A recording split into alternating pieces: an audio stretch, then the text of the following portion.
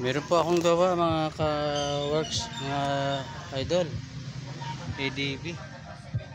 Ayan o. Dami namin binaklas na. Muntik na sumakit ang ulo eh. Buti na ikamot pa. Ayan idol. Tinik na lahat. Nandito yung switch.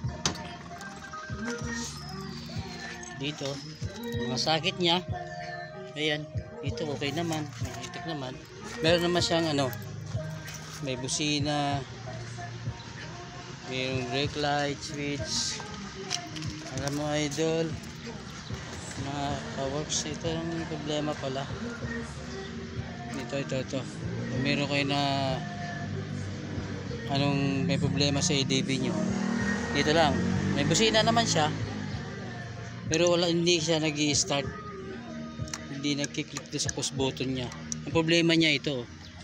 Ayan po, ayan. Kumalang lang po dun sa switch na itulak niya kaya walang contact.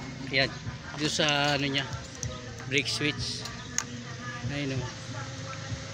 Ayan, dito. Ayan po. Ano lang po ito? Walang pares. Dali lang. Bidat on. Ay boss, nagbibideo. Sa utol ko. Oo. Ayan po, dito lang po kayo umano. Ito lang problema niya, kumalang lang po itong cover ng brake switch niya. Oh. Yan lang. Yan. Ito, kumalang doon sa switch niya. Oh. Yan, kumalang doon sa brake switch niya. Kung pinigka mo. Yan ang mga cover.